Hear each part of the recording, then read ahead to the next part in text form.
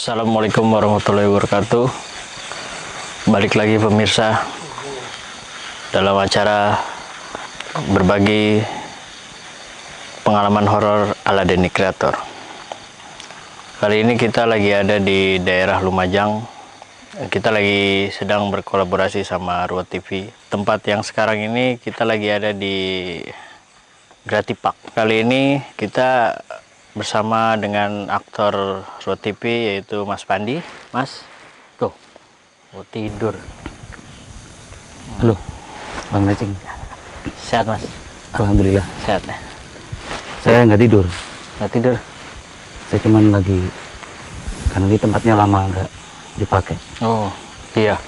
Karena ini tempatnya benar-benar sangat serem ya Mas ya? Serem sekali ya? Banget. Saya mendeteksi apakah ada gangguan atau tidak. Oh gitu Mas. Sebelum saya menceritakan kisah horor saya. Oh, ya ya. Jadi memang harus gitu. Tapi banyak nyamuk ya Mas ya? Dia itu gangguannya nyamuk. Oh nyamuk. Bawa ini nggak? Bawa buat anti nyamuk nggak? Tapi saya bawa biotanamu Mas. Wih, apaan tuh? Ini minyak balur. Buat? Buat pegel-pegel, buat anti nyamuk juga bisa. Pakai Oh aja. yang benar. Bisa bisa. Dioles aja. Doles. Praktis ya. Yes, itulah canggihnya biotanamu. Udah mulai, bisa kita mulai? Boleh. Oke. Saya minum kopi dulu Pak ya. Oh, silakan. Oh. Kenapa Mas? Panas. Ya iyalah, orang baru matang. Oke, mungkin Mas Pandi akan memulai berbagi pengalaman ceritanya kepada pemirsa semua. Boleh Mas? Salah satu kisah horor saya ini saya alami ketika saya lulus SMA. Oh, lulus SMA. Lulus SMA, waktu itu antara pengen kuliah tapi nanggung gitu. Jadi akhirnya saya ikut kakak saya ke Jember. Kebetulan kakak saya masih kuliah waktu itu di Jember. Jadi saya di sana sering main ke kampusnya, tidur di kosannya. Nah kebetulan kakak saya itu ikut di salah satu organisasi kemahasiswaan. Oh, apa tuh? Himpunan Mahasiswa Seni. Oh, seni. Ya. Secara nggak langsung saya juga kenal dekat sama teman-temannya dong. Pasti dan dong. anak-anak kampus situ. Pasti, betul. Padahal saya bukan mahasiswa di situ. Suatu Hmm. ketika organisasi kemahasiswaan seni ini mereka nerima anggota baru kan. Nah waktu itu kan secara tradisi kalau nerima anggota baru itu ada semacam ospek. Ospek di organisasi itu. Ospeknya itu sekitar 2-3 hari apa ya, pembekalan seperti pembekalan jiwa gitu loh ya. Nah waktu itu saya ikut akhirnya karena saking dekatnya saya di situ. Nggak tahu mungkin saya dianggap apa di situ ya. Mungkin sebagai pelengkap atau tumbal mungkin. Oh iya, karena Mas Pandi kan bukan salah satu. Iya, makanya saya mikir di situ. Nah, saya diajak di acara ospek itu. Yang ikut lah namanya senang pergi ke alam gitu kan. Betul, Waktu itu memang daerah apa ya, Meru Betiri kalau nggak salah. Oh, Meru Betiri. Iya, jadi itu semacam ada hutan terus ada perkampungan. Perkampungan itu yang masih belum ada listrik. Jadi mereka kalau malam itu lampu masih pakai Lampu minyak. iya, lampu minyak. Hari pertama kita numpang di rumah warga kan. Numpang di rumah warga, terus ada salah satu anggota yang nggak bisa ikut karena dia nggak enak badan katanya. Malam sekitar jam nggak bisa segini. tidur di situ, nggak ngikut. Kebetulan acaranya waktu itu di tengah hutan dekat pantai. Oh, iya. Jadi salah satu yang nggak bisa ikut itu sama saya tinggal di rumah warga itu. Oh, dua orang doang, Mas doang. Iya, sama saya dia? jagain dia. si Mbak itu, saya lupa namanya. Tiba-tiba si Mbak ini sebut saja namanya Mawar ya. Oh, kayak investigasi.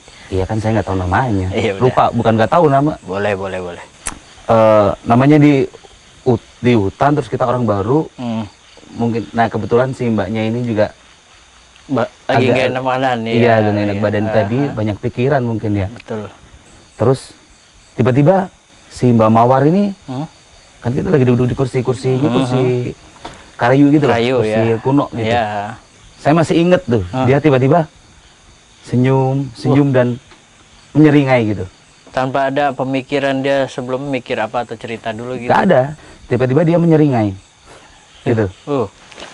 Meringis gitu, Mas. Iya. Jadi awalnya dia cuma menyeringai, Jas. Jadi kebetulan dia punya gingsul kan. Jadi seperti ngasih tahu gingsulnya gitu. Gitu. Cuman kan ngeri juga. Orang biasanya gitu dia kemayu kan ini tahu-tahu kayak gitu itu. ya. Apa tuh tindakan Mas Pandi? Waduh. Waktu itu saya takut buat megang kan. Jadi saya bacain ayat-ayat Al-Fatihah, ayat kursi semuanya. Hilang tuh dia. Nggak meringis lagi? Nggak meringis lagi dia. Alhamdulillah gitu kan. Udah takut juga lu, detak jantung juga nggak karuan. Terus selang beberapa lama dia kemasukan lagi kayaknya. Si cewek itu? Si Mbak Mawar ini. Kali ini dia menyeringai lagi. Menyeringai tapi dengan ada suaranya. Lebih frontal. Iya, lebih ada suaranya seperti meringis. Boleh dicontohin nggak suaranya? Nggak usah. Nggak usah, Mas. Ya terus lanjut, Mas. Akhirnya saya memberikan diri untuk pegang dia. Saya pegang pundaknya, saya tekan ininya. Jari? Iya, ini. Iya. Kalau orang bilang kan katanya untuk ngusir ya? Iya. Jadi saya baca-bacain juga. Itu lama, itu hampir sejam itu. Ngeringis terus? Iya. Udah nggak karuan waktu itu posisi saya waktu takut itu. Lah, takut iya. gitu ya, udah takut banget. Akhirnya yang punya rumah bangun juga nggak tahu harus berbuat apa gitu loh. Dia juga nggak bisa lah gitu. Iya. Ya. Akhirnya saya terus bacain sambil nunggu teman-teman datang, termasuk senior-senior yang, karena ada salah satu senior katanya yang bisa lah kayak hal gitu, sedikit pintar lah ya. Alhamdulillah dia datang, habis itu nggak tahu diapain, ya pokoknya dibaca-bacain lah mungkin sama dia. Ya dia tanya yang ini. Iya, ada percakapan apa tuh? Percakapan ini gimana dari tadi sebetulnya. Sempat udah saya ceritain seperti itu. Iya. Tadi sempat udah ngilang. Tapi balik lagi. Kali ini lebih serem lagi dia menyeringainya. Ya untung aja dia nggak ngamuk kan. Biasanya kan ada yang ngamuk. Nah iya, pas kerasukan gitu ditanya kayak gitu, Mas. Ini dengan siapa? Ditanya. Iya, itu ada yang kelewat. Saya sempat nanya waktu itu. Dia cuman ketawa aja. Iya, gitu. ketawa sambil menyeringai. Gitu. Ih.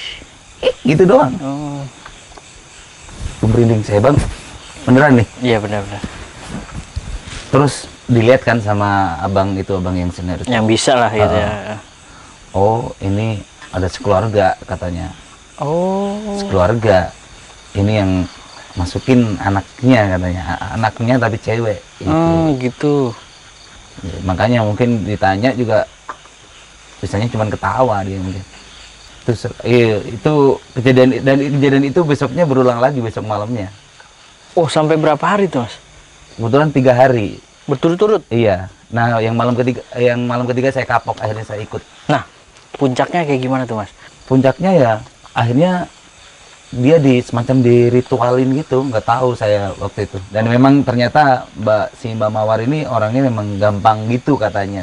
Nah, terus apa lagi tuh, Mas? Setelah itu ya udah, akhirnya malam ketiga saya kapok. Ya saya ikut aja dah, saya ikut.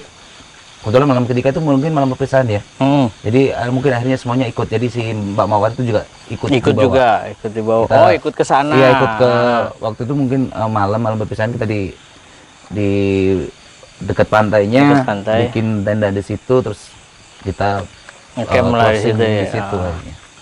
Ada hal apa tuh, Mas? Yang serem sih nggak ada, cuman waktu itu memang mau ini yang susah. Mau apa? Mau berak. Ini apa? Waktu itu kehabisan air, jadi mau. Kan dekat pantai, bisa berak di pantai. Kemasukan pasir kan nggak enak sama asin-asin perih. Gimana itu kalau kena pakai cebok pakai air laut, Pak? Benar sih, benar. Pernah ngerasain cebok pakai air laut nggak? Kincup. Bukan kincup aja perih. Iya benar sih. Cukup ceritanya? Mungkin banyak, pengalaman Mas Pandi hanya itu atau ada lagi? Banyak. Lagi. Saya ngatasin orang, bukan ngatasin, nemuin orang kesurupan. Terutama lebih nemuin yang orang di kesurupan Makassar lebih ngeri lagi, ya? Pak. Bang. Mungkin kita lain hari lagi, Mas. Karena berbagi pengalaman cerita ini bakalan terus berlanjut. Bener nggak mau tahu yang di Makassar nih? nantilah next ya. Yang di Makassar cuma pakai selimut loh waktu kesurupan. Enggak, udah next aja ya. Enggak. Cukup. Saya semua cerita nih. Cukup. Baik pemirsa, mungkin itu saja pengalaman Mas Pandi yang bisa dia ceritakan. Mungkin banyak ya Mas, tapi Bener nggak mau nggak tahu bisa. yang di Makassar? Enggak, cukup.